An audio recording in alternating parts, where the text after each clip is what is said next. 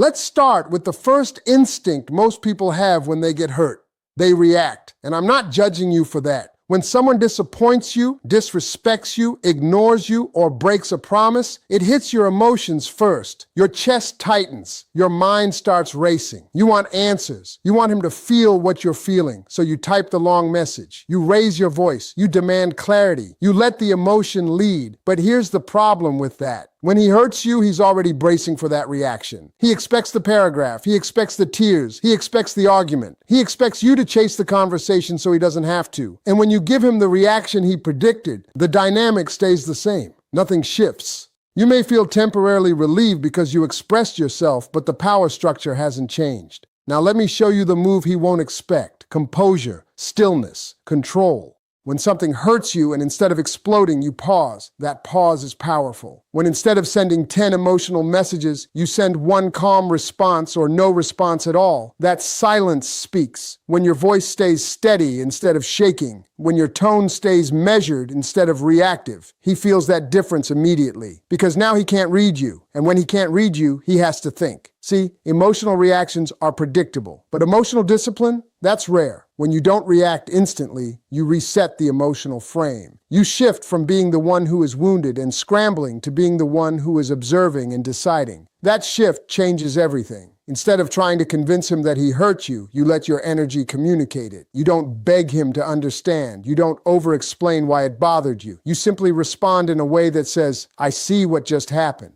And that calm awareness unsettles him more than yelling ever could, because now he has to sit with it. When you react emotionally, the focus becomes your reaction. He can say you're overthinking. He can say you're dramatic. He can turn the conversation toward your tone instead of his behavior. But when you stay composed, there's nothing to deflect. The spotlight stays on his action, and that makes him uncomfortable. Composure is not weakness. It's strength under control. It's saying, I feel this, but I'm not going to let it control me. It's understanding that your dignity matters more than winning an argument. Now listen carefully. I'm not telling you to suppress your feelings. I'm telling you to master them. There's a difference. You can feel deeply and still choose to respond wisely. You can address the issue without losing your center. When you respond calmly, you communicate self-respect. You show that your emotions are not tools to be pulled by anyone's behavior. And when a man realizes he cannot provoke you into chaos, he starts approaching you differently, because now he understands something important. You are not ruled by impulse. You are not easy to shake. You are not desperate for immediate resolution. And that steadiness forces him to take you seriously. When you reset the emotional frame, you stop playing defense. You stop trying to prove you were wronged. You stand in quiet confidence and let your controlled response create the tension. And trust me, controlled silence is louder than uncontrolled anger. The unexpected response isn't louder, it's calmer, and calm is power. Now, once you've mastered your reaction, the next move is even more powerful. You pull back your attention, not your dignity. See, when a man hurts you, your instinct might be to either attack or cling. Some women go into confrontation mode. Others go into overcompensation mode. They try to fix it. They try to reconnect fast. They give more love, more access, more explanation, hoping the connection doesn't slip further. But here's what he expects after he hurts you. He expects access to remain the same. He expects you to still respond instantly. He expects you to still prioritize him. He expects your energy to still be fully available, even if his behavior just showed inconsistency. That's where the shift happens. Instead of arguing, instead of begging for reassurance, instead of pretending nothing happened, you calmly adjust your availability. Not in a dramatic way, not in a revengeful way, in a dignified way. You stop overextending. You stop initiating as much. You stop giving emotional depth to someone who just mishandled it. Your responses become polite but measured, warm but not overflowing, present but not chasing. And that subtle change hits harder than yelling ever could. Because attention is currency. Every time you text first, check in, send long, thoughtful messages, laugh at his jokes, prioritize his schedule. You're investing attention. When he hurts you and nothing changes in your behavior, subconsciously he learns that your attention is unconditional. But when your attention becomes selective, its value rises. Now he feels the difference. He notices the shorter replies. He notices that you're busy. He notices that you're not leaning in the same way.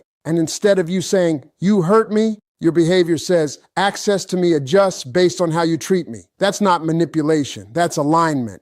You're not withdrawing affection to punish him. You're protecting your energy because it matters. There's a difference between coldness and self-respect. Coldness is emotional shutdown. Self-respect is emotional regulation. When you pull back your attention calmly, you create space, and space creates awareness. He starts wondering what you're doing, who you're with, why your energy feels different. He feels the shift without you announcing it, and that uncertainty makes him reflect on his actions, because now he realizes something important. Your presence is not guaranteed. You're not threatening to leave. You're not giving ultimatums. You're simply adjusting your investment. And mature men understand that investment follows behavior. The key here is dignity. You don't gossip about him. You don't post passive-aggressive messages. You don't try to make him jealous. You just recenter yourself. You focus on your goals, your routines, your peace. And that grounded energy is powerful, because when you stop rewarding poor treatment with unlimited access, you teach people how to treat you without saying a word. He expected anger. He expected drama. He expected a fight. What he didn't expect was composure and distance. And sometimes the strongest message you can send after being hurt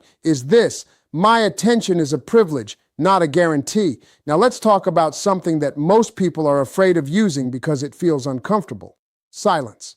When someone hurts you, the natural instinct is to talk it out immediately. You want clarity. You want explanation. You want resolution right now. So you push for the conversation. You send the message. You ask the question again. You try to force understanding. But here's the truth. Arguments rarely create reflection. They create defense. The moment you confront him in an emotionally charged way, his guard goes up. He starts protecting himself instead of examining himself. He focuses on defending his intention instead of evaluating his impact. And now the conversation turns into who's right and who's wrong instead of what actually happened. But silence. Silence does something different.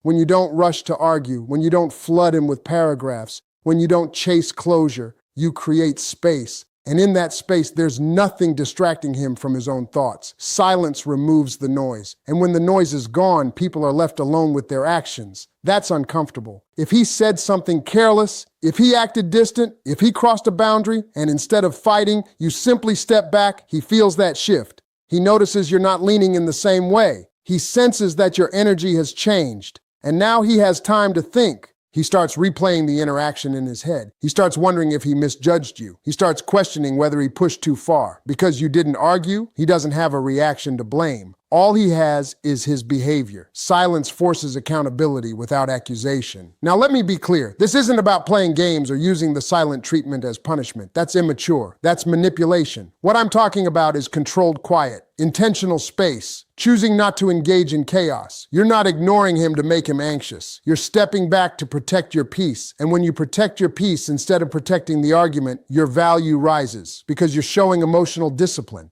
A lot of people think power is in who talks the loudest. It's not. Power is in who stays grounded when emotions are high. When you don't scramble to fix the discomfort, you communicate confidence. You communicate that you are not afraid of distance. You are not afraid of space. And confidence creates curiosity. He begins to feel the absence of your energy. He begins to miss the warmth you usually bring. And when warmth becomes selective, it becomes meaningful. The unexpected response after being hurt is not more noise. It's measured quiet. Because sometimes the most powerful thing you can say is nothing at all. Now here's where most people get it wrong. When they've been hurt, they start thinking about revenge. How do I make him feel what I felt? How do I get even? How do I show him he messed up? And I understand that instinct. Pain makes you want balance. It makes you want justice. But revenge keeps you emotionally tied to the injury.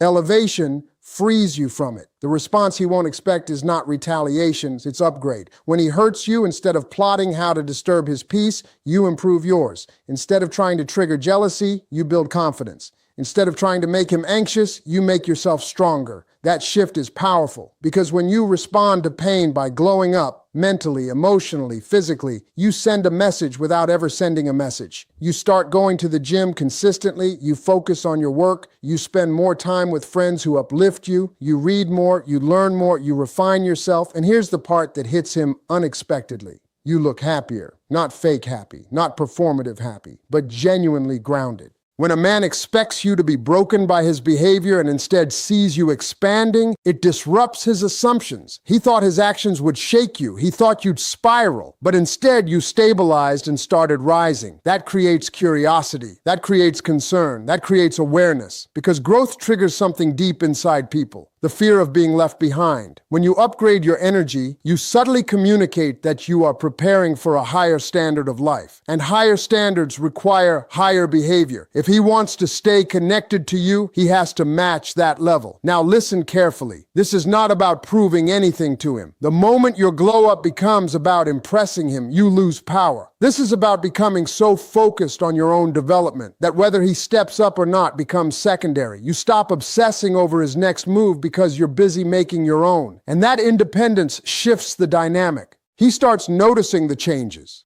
the discipline, the calmness, the reduced emotional volatility.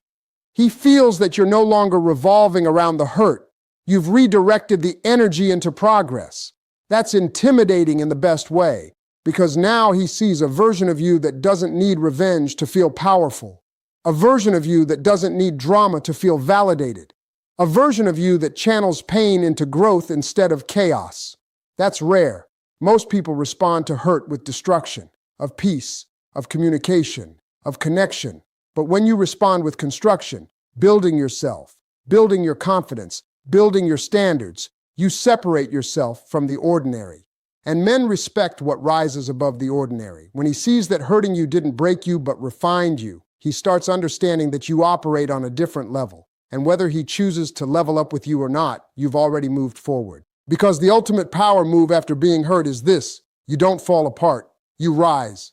Now let's talk about something that changes the entire tone of how you're treated. You stop explaining your worth.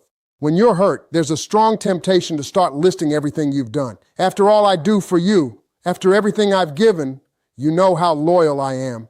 You start presenting evidence. You start building a case. You want him to understand your value so badly that you begin arguing for it. But the moment you argue for your value, you lower it. Value that must be defended starts to feel negotiable. The response he won't expect is restraint. Instead of building a speech about how amazing you are, you say less. Instead of reminding him what he might lose, you let him figure it out. Instead of convincing him you're rare, you behave like you already know you are. That shift is powerful. When you stop over-communicating your importance, your energy becomes different. You're not tense. You're not trying to persuade. You're not trying to win. You're simply observing whether his actions align with your standards. And standards don't beg. Standards don't debate. Standards don't chase validation.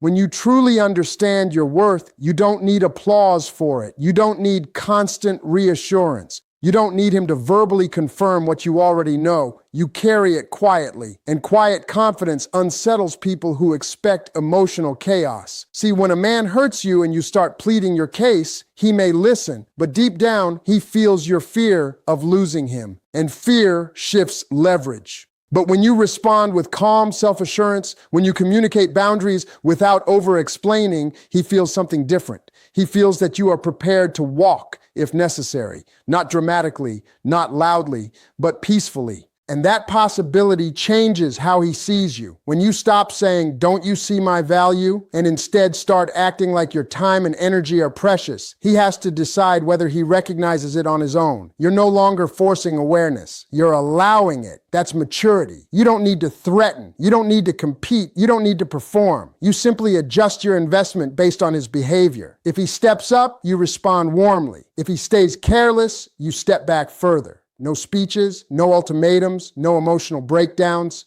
just alignment. Because here's the truth. The right man doesn't need a presentation to see your value. And the wrong man won't recognize it no matter how passionately you argue. So when he hurts you, the unexpected move isn't convincing him you're worthy. It's acting like you already know you are. Now let me close this the right way, because the final move, the one that truly shifts everything, is when you make him feel the shift, not the fight. See, most people think change has to be announced. They think if they're hurt, they have to declare it loudly. "I'm done. You lost me. You don't deserve me."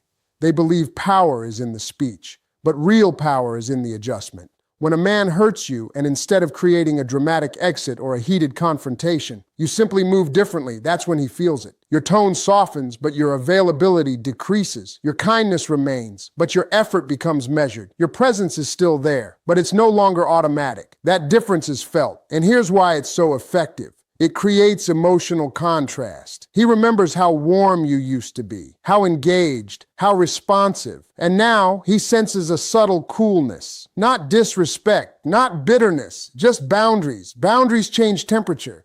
When your warmth becomes selective instead of guaranteed, he notices the absence. And absence has weight. He starts asking himself what shifted. He starts replaying moments. He starts connecting his behavior to the change in your energy. That's accountability without accusation. You didn't yell. You didn't threaten. You didn't beg. You adjusted. And adjustments are hard to argue with, because when you fight, he can fight back. When you accuse, he can defend. When you threaten, he can challenge it. But when you simply change your behavior in alignment with your standards, there's nothing to debate. He either rises to meet the new energy or he feels the distance grow. And that's the key. You're not trying to hurt him back. You're not trying to manipulate him into panic. You're protecting your peace and allowing his response to reveal his character. That's strength. When you make him feel the shift instead of the fight, you give him space to step up without feeling attacked. Men often resist when they feel controlled or criticized, but when they sense they're losing emotional access because of their own actions, the motivation to correct it becomes internal. And internal motivation is powerful. You're no longer trying to force him to understand you. You're letting your energy teach him. If he values you, he will adjust. He will lean in. He will repair. If he doesn't, he will drift. Either way, you win, because you didn't lose yourself in anger. You didn't lower yourself to chaos. You didn't beg for what should be given freely. You simply moved with dignity. And when you move with dignity, the message is clear. Access to me is earned, not assumed.